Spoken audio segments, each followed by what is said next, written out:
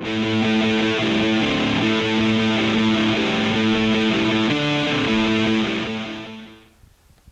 there, I'm Dustin Warnke and welcome to Bow Tales. In this segment we're going to talk about compound bow hunting and more specifically shooting the compound bow with good technique and good fundamentals. Now before we get into all that, what I wanted to talk to you about real quick is string maintenance. Taking care of your bowstring is very important to ensure that you get longevity out of your bowstring and you don't have to replace it every year if you maintain it correctly, even if you shoot a lot. And one thing I brought with us today is some bow wax or string wax. You can get this at just about any archery shop. I always carry this with me in my hunting pack, and it's a really good idea to just take a little bit and rub it into the string until it disappears. Usually it's a white waxy substance and you just kind of rub it in there, and I applied some earlier before I started filming here, and just rubbing it in real quick, and your string's as good as new. And you can make sure you take care of any areas that are frayed or any kind of issues like that with some good bow wax, and continuing to put that on your strings throughout the life of your bowstring is important. You're going to get the maximum amount of life from your bowstring if you do that. I've had this bowstring on here for a couple of years now and continue to keep it waxed and ready to shoot. So always carry this in my hunting pack, not a bad idea at all. Well, let's talk about some do's and don'ts about shooting the compound bow. One thing that a lot of shooters will do, whether they're experienced at this or not, is they'll torque the bow with the hand that they hold their bow with, and that would be my left hand in this case because I'm right-handed. And what that does, and I learned this the hard way, is that's going to torque to the left or to the right when you release your shot. So one of the things that I installed in my particular bow, when I shoot a Martin Scepter 2. This is an older version of this bow. This actually came out in 2004. I purchased this used with the arrows and everything else for like $200. It was an incredible bow. And I love shooting this. I've shot several different archery tournaments with this and bow hunt with it as well. And one thing I have that's a necessity is a bow sling. I have this on my bow fishing bow as well as my compound bow here for bow hunting, and having that attached to your stabilizer and ready to go is going to ensure that you are not going to drop your bow. And that's one thing a lot of folks are worried about when they shoot and when they release after they draw. Oh my goodness, if I'm not torquing onto the bow grip, then I'm going to drop the bow. Well, a bow sling helps you do that, helps you hold on to your bow, and helps you stabilize that in case your bow does fall. It helps you to keep from losing your bow, and that's the case. And I've never had that problem. I've never dropped my bow. I've never had any major issues there, but a good, strong bow sling like this right here that I've got around my hand is very paramount in that regard. Now, that being said, another thing a lot of shooters will do is punch the trigger, and this is something I've had a big problem with getting over in my infancy of bow hunting and target shooting. So one thing I've learned to do is I always draw with my finger behind the trigger of my release. And there's several different types of releases out here in the archery market. The nice thing about the trigger release is it's a very, very light trigger, and all you have to do is just barely press it and it'll let go. And most folks do shoot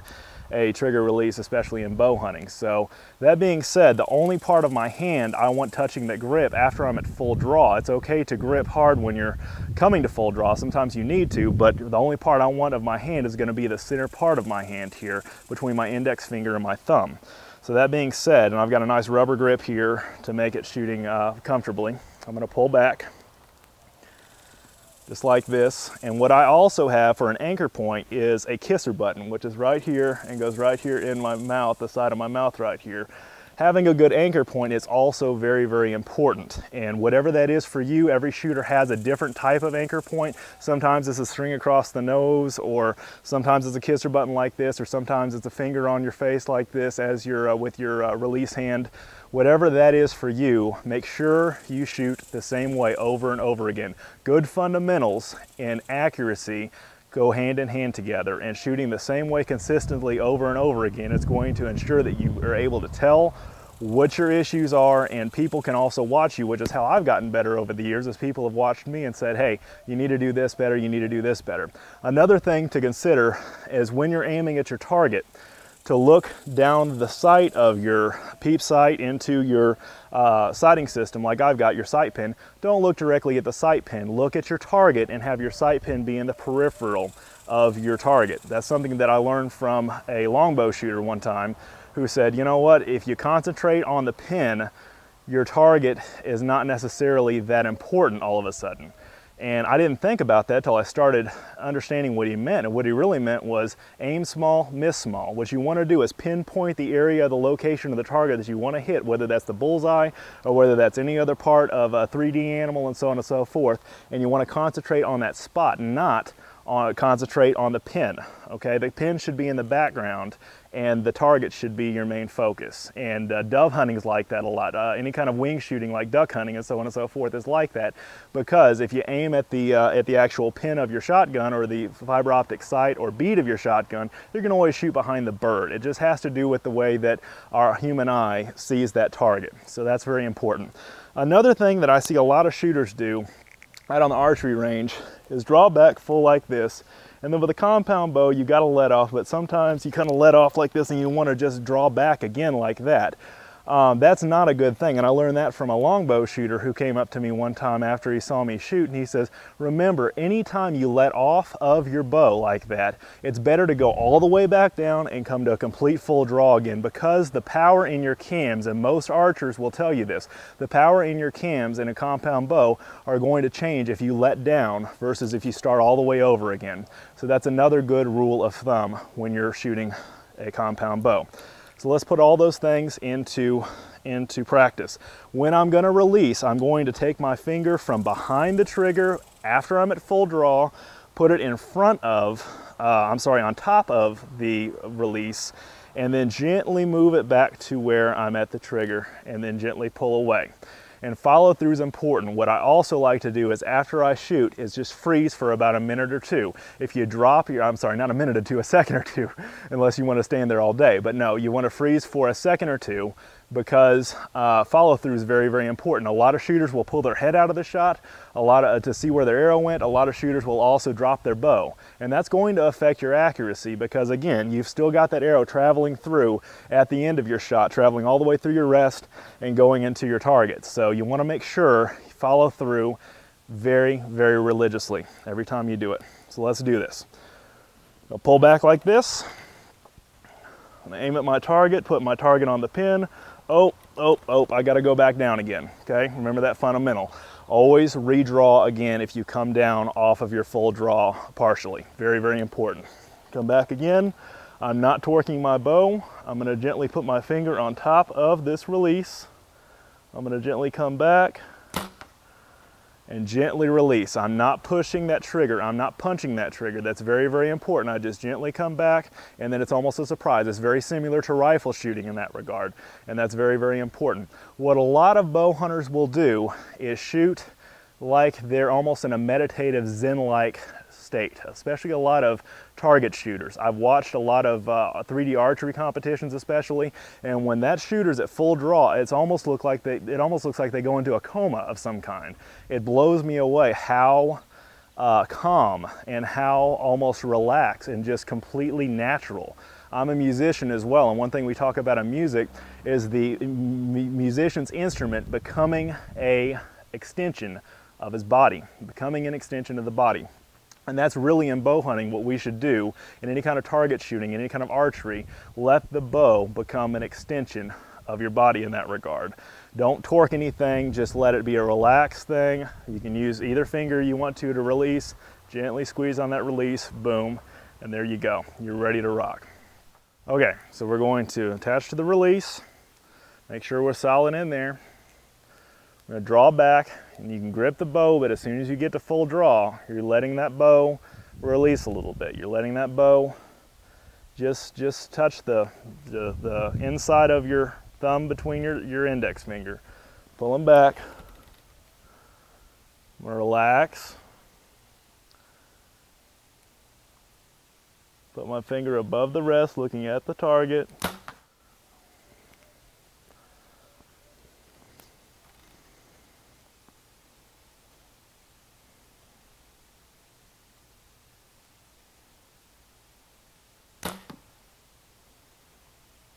just like that. And we're gonna freeze for a second or two before we end up looking at our shot. Freeze for a second or two before we end up looking at the shot. Just frozen, just as we release. That's just a very, very, very good shooting technique that I learned. And when I do that, when I follow through correctly, every single time I end up having better accuracy. I don't know what it is. I think it has to do with shooting fundamentals. And that's the most important part of this, is follow through, follow through, follow through. It's that way in any other sport. Bowling, baseball, anything like that. You get out there, follow through is all part of the technique, and a lot of shooters forget that.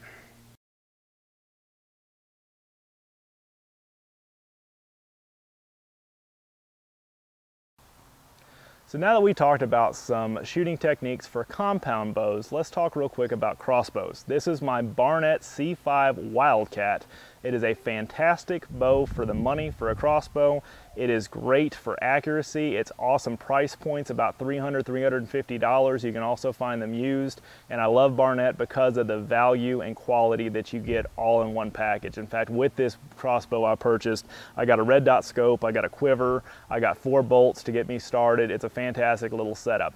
What a lot of folks don't use is a rope cocking device, which I have installed on here, and I'll show you how I'm going to use it. It's extremely easy to use. A lot of folks still cock by hand, which is just by pulling up both sides of the string up to cock it, and I disagree with that because, and as I learned the hard way when it came to having some accuracy issues years ago, you're going to put stress on the limbs on one side or the other side of the limbs when you deal with that, whenever you cock it by hand. Even if you have the best intentions and think you're cocking it as even as possible, you're going to still have some evenness in the limbs. So what I have is a Barnett rope cocking device. I had this installed and ready to go. It simply goes all the way around the rail, the back part of the rail, and it's very, very easy to pull up. You're going to put your foot into the foot section down here, which that's what it's designed for, however you cock it.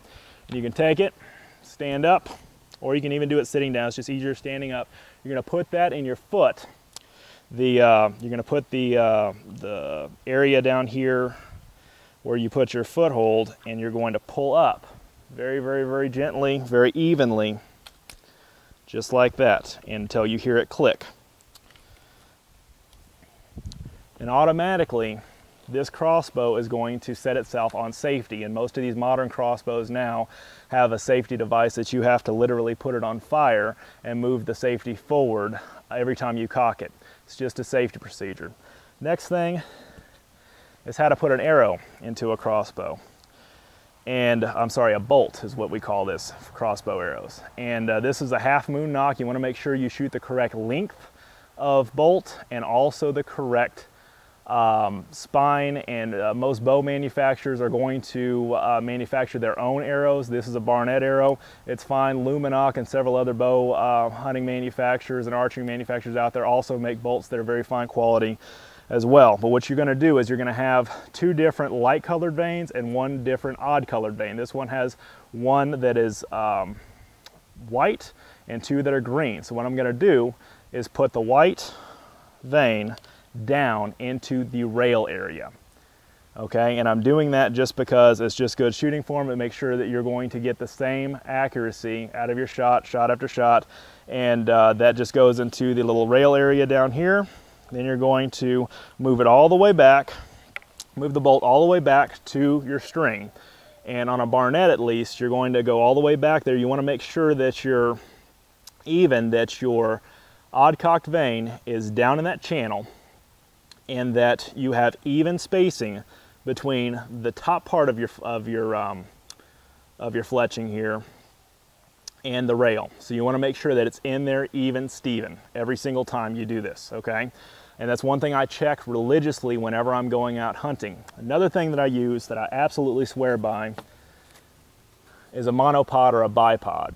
And that's going to help you with your accuracy and not dropping the crossbow or having to a good follow through as well. It's just like shooting a rifle in a lot of regards, because when you have that monopod set up like that, you can easily steady on that shot, turn on your crossbow, sight, whatever sighting system you have. I have a red dot scope that has 3 different dots on it. One's for about 20 yards, one's for about 35 yards, and in this bow, the bottom one is about 50 yards, okay?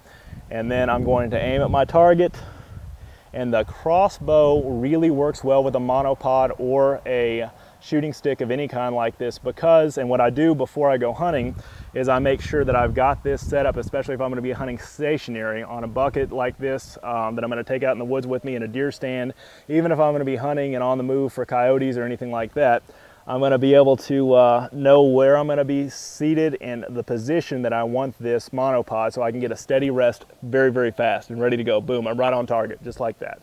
That's what I'm looking for whenever I'm going to be carrying a monopod with me, making sure that it's going to help my accuracy, not having to fool with it and get it set up to the right length before I shoot. So if I'm going to be shooting off of this bucket, for instance, which is a swivel bucket that I've got like this so I can move my position if I need to, I'm going to make sure that I have that preset on that monopod so I'm ready to go.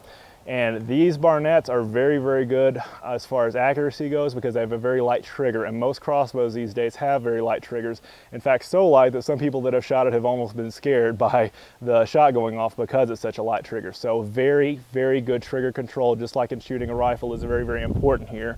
And what I'm going to do is just aim down here, aim at my target, and just very, very, very gently, there it is, okay? There it is. A lot of moving parts there. You're just squeezing the trigger, this is releasing, and there you go. Every time you cock this though, it's going to go back on safe, so you've got to move it forward to fire, and it's just like shooting a rifle in that regard too. Now, a lot of guys have given me, you know, trouble over hunting with a crossbow and this, that, and the other, and I love hunting with a crossbow because to me, it gives me the ability to hunt in a smaller area where I have a 30-inch wingspan. I'm a very, very tall guy, so having to pull a bow back in a regular standard bow blind that's not an extra large bow blind is an issue for me. And the other thing that this allows me to do is hunt in those tighter spaces and also get great penetration and very, very fast recovery. And that's what I need, especially in some of the suburban type areas and behind the green belts and that kind of stuff I hunt. That's going to be absolutely paramount in that regard. And this makes sure I have a solid rest. This is my total setup here. And I've taken animal after animal after animal. This year alone, I got 3 deer with my Barnett, and then all of them were archery kills though. And so got some with my crossbow and then some with my compound bow. So it's a fantastic way to hunt. I believe it's just as challenging as regular archery because you're still having to get in there and do your math and figure out, you know, your setup and your windage and so on and so forth, and making sure that you're not getting winded by the animals and those kind of things as well. So it's very, very challenging in that regard still. And to me, it's bow hunting still. It's very, very much bow hunting because you still have the same challenges with yardage and so on and so forth. The thing I love about crossbow hunting is it just got legalized here in the last 2 years here in Texas, and I absolutely love it because it brings folks that normally are not into archery into an easier way to shoot if they don't have the time to master a compound bow. Crossbow is an easy way. If they're rifle shooters, it's a great crossover, and these things are just lethal, man. I've not lost an animal in the recent past with a compound bow or with a crossbow because my fundamentals are down, and especially with a crossbow because you've got such strong kinetic energy in a short bolt hitting that animal. I use Grim Reaper broadheads for the 2-inch cut radius especially, and that punches those broadheads through every single time with 125 grain 2-inch cut. So fantastic products. I absolutely, and one thing that we do here on our show is we only represent the absolute best. We only represent the best. And Barnett, in my opinion, is one of the best crossbows out there. It's one of the best value-minded crossbows. You can go and spend $800 to $1,000 or more on a crossbow these days. But Barnett's very value-minded and very accurate and very lethal. For this segment of Bow Tales, I'm Dustin Warnke. Thank you so much for joining us today.